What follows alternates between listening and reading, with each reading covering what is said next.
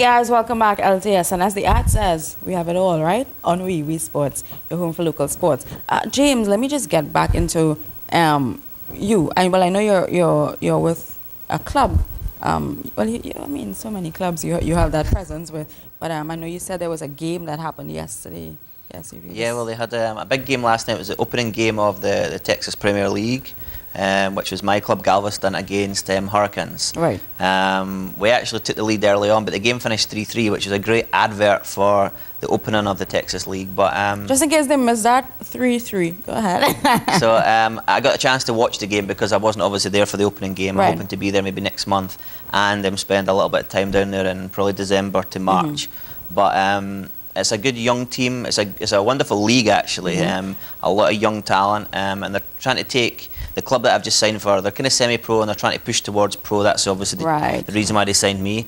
Signed me on a 3-year contract, and actually I'm helping behind the scenes of the club as well. So there's a lot. It's quite a big role actually. Happening for you. Now, when you say your club, for those who don't know, of course we know because we had the discussion. Explain to them what you were signed for, and yeah. Well, it's Galveston Pirates in Texas. As I say, I got a 3-year contract with them. They're based in Galveston.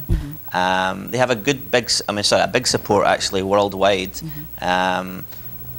I can't say fees or anything, but it was a good contract. Let's say that. And but as I say, the role there is to increase the visibility of the club, and in a sense, as the owner said, I'm the biggest signing they've ever had. So I'm not blowing my own trumpet or anything. That's his words. So. We hope we can raise the profile of the club, and it's a long-term thing. It's not a short-term thing for me. Of course, I know locally there's something that's about to happen as well. Yeah, well, we have the development squad for the West Indies, which ironically, both clubs, my new club and the West Indies, are partnered. So our local squad is actually WIFA Pirates, which is the West Indies Football Association Pirates. We will have a development squad which will last around 6 months.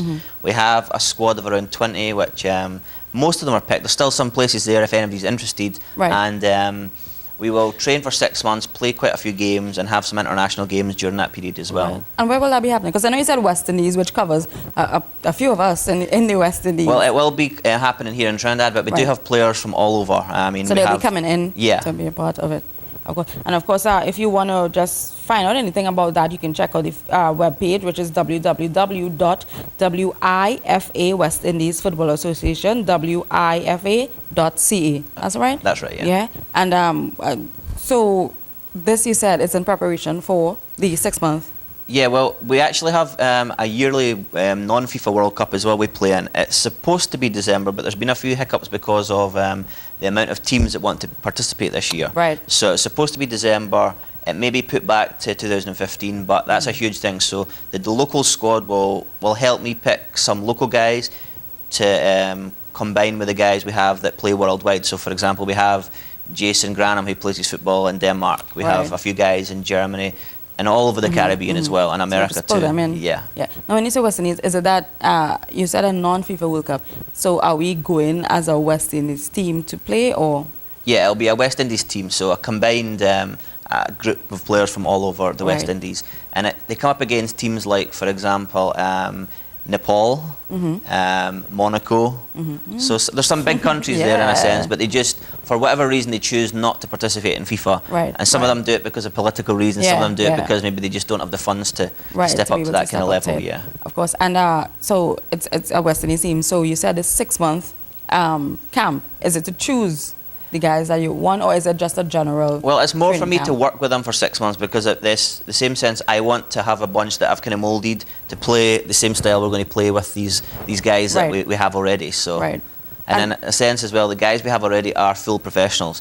The ones we're picking, maybe it's a new thing for them, so it's an opportunity for them to maybe show themselves as well, and maybe get a contract as well from somewhere. At the same time. Now, you said it's a non-FIFA World Cup. Is it just as World Cup would go every 4 years, or is it? Well, as I say, it's every year usually. They had a break last year because they had a change of management and things, but it is generally every year, and it's held in different countries all around the world.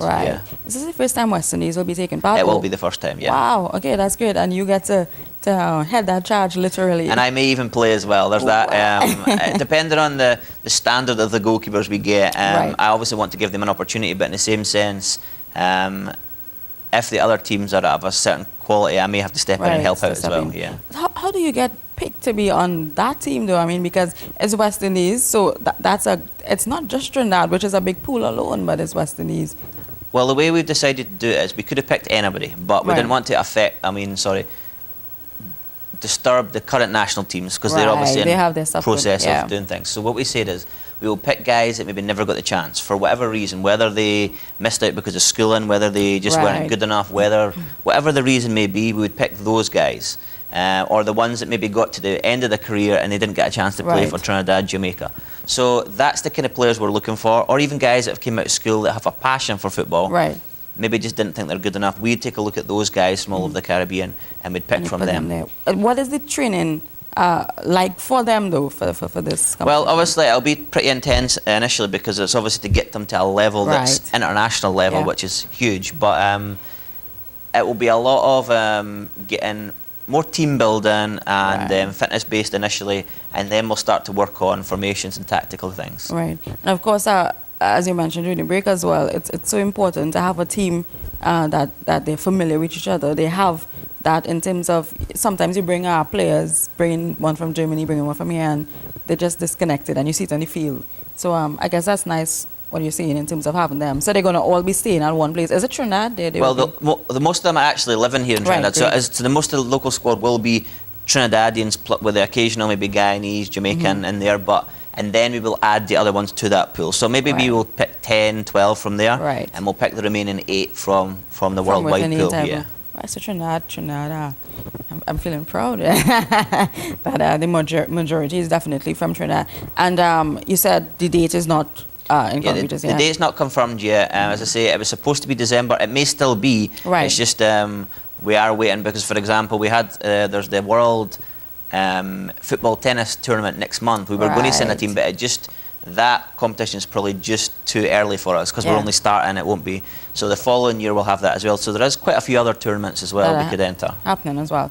All right. And just to go back to the non-FIFA that you're talking about, how many teams or countries do they? Well, officially registered, there's around 40 with the NF board, which is the association. But, but I know in the last month there's been an additional 30 countries want to join, but there's a whole criteria they have to go through to get in there. Yes, so it may be they add maybe another 10 or so, I'd imagine.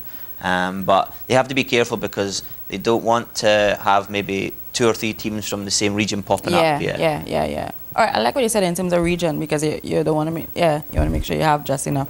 All right, so we're going to take a short break. We're going to come right back, and we're going to wrap this up, LTS, let's take a break.